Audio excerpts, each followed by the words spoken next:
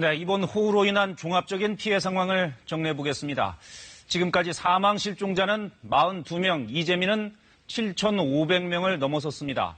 정부는 오늘로 9일째 위기경보 단계를 가장 높은 심각 단계로 높여 대응하고 있습니다. 중앙재난안전대책본부를 연결합니다. 이승훈 기자, 먼저 전국 피해 상황부터 정리해 보죠. 네, 조금 전에 오전 10시 반을 기준으로 한 피해 현황이 발표됐는데요. 그제 이후로 현재까지 호우로 인한 인명 피해는 더 늘지는 않았습니다. 사망자가 31명이고요. 실종자 11명, 부상자 8명입니다. 하지만 침수구역이 늘면서 이재민은 크게 증가하고 있습니다. 현재까지 11개 시도에 4,300여 세대, 모두 7,500여 명의 이재민이 발생한 걸로 집계됩니다. 이 가운데 3천여 명은 아직까지 집에 돌아가지 못하고 있습니다. 주택은 5,400여 채, 가축을 키우는 축사와 창고 2,200여 동도 파손됐습니다.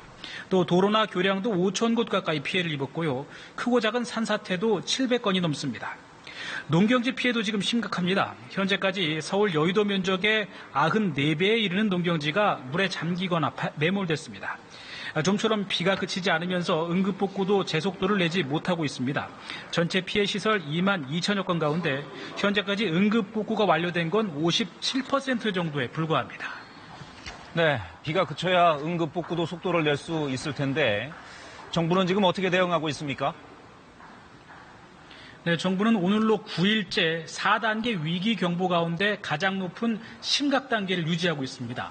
자연재해로 이렇게 긴 시간 최고 수준의 경보 단계가 유지되는 건 이번이 처음입니다. 오늘 오전엔 대통령 주재로 집중호우 점검회의도 진행했습니다. 특히 전남을 비롯한 남부 지역의 피해 상황을 화상을 통해 보고받고 주민 지원 대책과 긴급 복구 계획 등을 논의했습니다. 현재 정부는 전남북을 비롯해 피해가 큰 지역을 특별 재난 지역으로 추가 지정하기 위한 절차를 진행하고 있는 것으로 알려졌습니다. 여러 날 비가 많이 와서 무엇보다 산사태 위험이 높은데요. 정부는 취약지역 12,000여 개 지점에 대한 예찰 활동을 강화했고요. 3,500여 명의 주민을 사전에 대피시킨 상태입니다. 지금까지 중앙재난안전대책본부에서 KBS 뉴스 이승훈입니다.